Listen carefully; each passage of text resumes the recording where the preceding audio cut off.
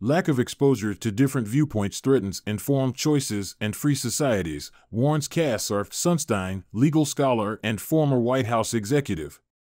He argues that although the internet enables people to share ideas, algorithms that curate what viewers see lead people into prisons of their own design and foment polarization that threatens society's capacity to self-govern.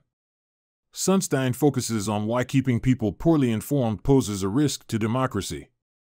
His careful research and thoughtful presentation provide a much-needed contribution to scholarship on the web's social impact.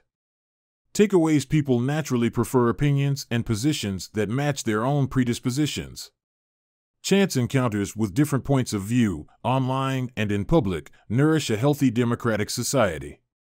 Polarization occurs when too many people receive their opinions from too few places, thus reinforcing their pre-existing prejudices. Customized news feeds send curated information to specific consumers according to their browsing preferences.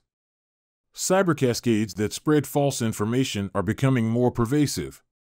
General interest intermediaries, such as Time magazine, disseminate diverse opinions to the citizenry, promoting common ground. Conflating the needs of consumers with the obligations of citizens is dangerous. Deliberative opinion polls, which ask about issues, can draw people away from entrenched positions and into proactive discussions. The internet has proven effective in recruiting terrorists and at monitoring extremist activity. Government regulates free speech to protect free speech, not impede it. Summary: people naturally prefer opinions and positions that match their own predispositions. Online and offline, most people gravitate to public voices with whom they share thoughts and opinions. Facebook and Google know this and created algorithms to filter news feeds that match people's browsing histories and offer an individualized news feed that might as well be called the Daily Me.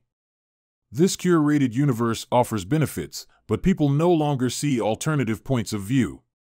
This creates an echo chamber effect, amplifying and reinforcing existing biases. A well-functioning free society needs a diversity of experiences to counteract polarization and partyism, that is, a visceral dislike of members of another political party. When technology makes it easy for people to wall themselves off from others, there are serious risks for the people involved and society as a whole.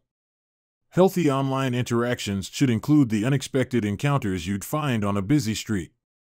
In the past, general interest media, such as Time, Newsweek, or CBS TV, provided diversity and breadth of perspective, fostered mutual experiences, and facilitated common ground. Today's abundance of choices provide a boon to society, but the waning of shared experiences poses a significant risk to democracy. Consumers who select personalized information feeds, rather than chance encounters, inadvertently put their freedom as citizens at risk. Chance encounters with different points of view, online and in public, nourish a healthy democratic society. Public forums are places where speakers gain access to listeners. The government supports and taxpayers subsidize this right. For passers-by, the public forum, such as a street corner or public park, offers encounters with different points of view that can change or influence participants' thinking. Government should not be allowed to censor arguments and positions merely because it fears or disapproves of them. Being able to express discontent publicly encourages other discontented citizens to join a movement for change. The challenge now is to adapt the public forum doctrine from the real world to the online world. The United States is a republic. In outlining the right of people to govern themselves, the U.S. Constitution created institutions to filter popular desires to promote the public good. The expectation exists for U.S. citizens and their elected officials to engage in deliberative democracy, many minds working together as equals to expand the scope of discussion. Social media suggests that with many voices comes the risk of fragmentation and extremism. Any well-functioning society depends on relationships of trust and reciprocity, in which people see their fellow citizens as potential allies, willing to help and deserving of help when help is needed. To avoid becoming an inert people, U.S. citizens must actively engage in public forums. They shouldn't treat ideas as consumer choices, picking those they like and disregarding the rest. Civic engagement isn't an entitlement, it is an obligation. Polarization occurs when too many people receive their opinions from too few places, thus reinforcing their pre-existing prejudices. People tend to read news that aligns with their personal opinions and biases. They remain curious, but seek comfort instead of challenges. In a 2005 experiment during which two politically opposing groups gathered to discuss the issue of same-sex civil unions, the participants were more divided after the session than before. The discussion entrenched their beliefs. Unplanned and unchosen encounters often turn out to do a great deal of good. A group identity that encompasses a self-limited pool of arguments creates an environment in which members silence dissenting views so their peers will perceive them favorably. Customized news feeds send curated information to specific consumers according to their browsing preferences. The tendency to agree with those who most resemble you without seeking other ideas pushes you to further extremes. This interferes in the democratic process. Debate cannot exist without complexity. Consumers are not citizens, and it is a large error to conflate the two. Twitter is an engine for group polarization. Hashtags signal the opinions people hold on various topics and enable individuals to reinforce their group identities. Group polarization is effective when it brings marginalization and injustice to light on behalf of groups who otherwise have no public voice or where it illuminates the need for social change. Enclave deliberation can be dangerous when it focuses on one group's needs and risks infringing on the rights of another. People can't insulate themselves from differing opinions without risking becoming extremists. Cybercascades that spread false information are becoming more pervasive. Ubiquitous cybercascades frame many of today's online experiences. Be aware of two kinds. The first is the informational cascade, which starts with one person or a few people broadcasting strong opinions to others, who rebroadcast those opinions. The signals are loud, but the original post represents only a few people's opinion. The core information is often misleading because people don't disclose information. The myth that vaccinations cause autism is one example. Reputational cascades occur when people follow the crowd to gain social acceptance. Cascades are often hard or even impossible to predict, but they are all around us, and they organize our culture and even our lives. The cascade effect points to how information spreads. People who attract some attention tend to attract more. Early popularity leads to future popularity. In political campaigns such as Barack Obama's and Donald Trump's, early social media enthusiasm can propel candidates to success. Cybercascades aid confirmation bias and become self-reinforcing, triggering a spiral effect. The more people who encounter false information that confirms their pre-existing beliefs, the harder it is to replace that misleading data with correct information.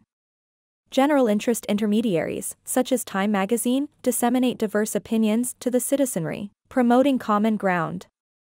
The internet gives people opportunities to learn and to share what they have learned. It gives individuals the power to pressure their elected representatives, to put citizens first over officials' own narrowly defined aspirations. How might social media, the explosion of communications options, machine learning and artificial intelligence alter the capacity of citizens to govern themselves? General interest intermediaries help people understand broader social issues and tasks. Successful societies cultivate trust and reciprocity among citizens, emphasizing the value of social capital, like sharing information even when it doesn't necessarily benefit you. The mass media may not provide nuanced responses to complex issues, but it disseminates vital information that is useful to everyone. Conflating the needs of consumers with the obligations of citizens is dangerous. Unrestricted consumer choices are important, but freedom is more than freedom of choice. Consumers sometimes make purchases that diverge from their needs as citizens. They are aware that their choices might not be good for society. Consumerism is problematic because it promotes the consumption treadmill, that is, buying for the sake of buying. If you join an echo chamber or turn your Facebook page into one, you might well end up changing your own values and even your own character. People's tastes and desires arise from their social conditions. If the government deprives them of free choice, they adapt. For example, China manages people's online interactions not by censorship or persecution, but by redirecting people's attention to the great work of the state. Changing the subject can be more effective than starting an argument. By doing so, China's media apparatus can dampen sparks of disagreement instead of having to put out fires of mass dissent. In free societies, it is almost always wrong to punish speech. Liberal philosopher John Dewey wrote that a just society must be as invested in creating positive institutions as it is in removing abuses and oppressions. What people see profoundly affects who they become. If opportunities disappear, people may stop wanting them. Choices fuel lifelong education, which a free society requires in order to exist. People act in the public interest, in part, for the collective good. Their participation brings new or underrepresented ideas to light. Deliberative opinion polls, which ask about issues, can draw people away from entrenched positions and into proactive discussions. In light of consumers' rights to unlimited choice and their political right to free speech, how can the communication industry facilitate more diverse experiences? The good news is that the internet, including social media, is easily enlisted to debunk false rumors as well as start them. The media have several options, such as creating deliberative domains, which are opinion polls for people to share diverse views. News providers can insert links to other news outlets to encourage readers to access different opinions. The communication sector can ensure a code of online conduct online aimed at social improvement. To improve its social influence, it can disclose information about content, provide free airtime for political debates, and self-regulate content to serve democracy. By pursuing best practices that serve consumers and support democratic goals, the media can inform a more well-rounded citizens who can better participate in public life. The internet has proven effective in recruiting terrorists and at monitoring extremist activity. Even the most disaffected people in the poorest places don't naturally resort to terrorism. Terrorist groups use psychological pressure to radicalize people and accelerate them toward extreme behavior. Terrorists can't operate in isolation, they must fight alongside comrades who share their goals and aspirations. It is total or near total self-insulation, rather than group deliberation as such, that carries with it the most serious dangers, often in the highly unfortunate combination of extremism with marginalization. Terrorists and extremists suffer from a crippled epistemology, in the words of political scientist Russell Hardin, in that they only know what certain people decide they need to know. They know little, and a lot of what they know is false. Terrorist groups' propaganda appeals to and intensifies victims' pre-existing prejudices. Government regulates free speech to protect free speech, not impede it. The government regulates property rights online, as in the real world. Protecting property is the quintessential form of government regulation. By conferring these rights, the government creates and limits power. Without it, people will use force to protect themselves and exploit others. In the United States, the internet is still mostly free of federal supervision, save for property rights and restrictions on unlawful speech. With some exceptions, government shouldn't interfere in the content of communications. If it wants to change regulations, it should ask whether that change improves or impairs democracy.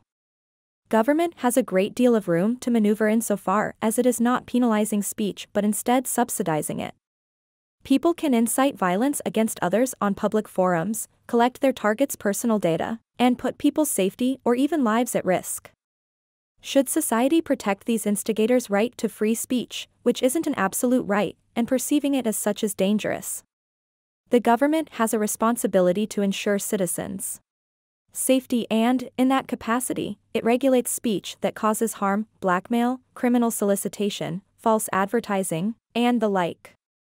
When information is freely available, tyrannies are unlikely to be able to sustain themselves. It is for this reason that the internet is a great engine of democratic self-government. While it creates and protects property rights in communications, for example, by selling TV station broadcasting rights, and maintains antitrust laws, the U.S. government can't dictate content. This is known as structural regulation. For example, the state can require broadcasters to televise political debates. While this may appear to be an undue imposition on free speech, in a consumer sovereignty sense, it promotes democratic goals consistent with society's highest aspirations. Citizens should view freedom of speech in light of the commitment to democratic deliberation. The U.S. constitutional tradition places a high premium on speech that is critical to democratic processes and centers the First Amendment on the goal of self-government. Government in a free society has more room to maneuver when it subsidizes rather than penalizes speech. Free government supports ideas it likes and believes benefit society more than it punishes ideas it doesn't like. The government, like a citizen, is allowed preferences. It can choose to fund children's programming instead of sitcoms, for example, or a Civil War museum instead of a Vietnam War museum. The First Amendment defends free speech and places a heavy burden of proof on the government every time it attempts to impose restrictions, especially in political speech. In the United States, the state can't censor arguments because it fears or disapproves of them. Benjamin Franklin emerged from a meeting with the authors of the U.S. Constitution to confront a crowd demanding to know what the framers had given them. He said, "A republic, if you can keep it." Citizens' obligation to participate in the ongoing maintenance of their democratic institutions is implicit in Franklin's statement, and this obligation never ends. It depends not only on laws of free expression, but also on a culture of free expression. Technology offers opportunity for these forums, but when they prioritize consumer sovereignty over political sovereignty, they risk further polarizing society. About the author, legal scholar Cass Sunstein, J.D., served as administrator of the White House Office of Information and Regulatory Affairs during the Obama administration. His other books include Can It Happen Here?, The Cost-Benefit Revolution, Going to Extremes, On Freedom, How Change Happens in the World According to Star Wars.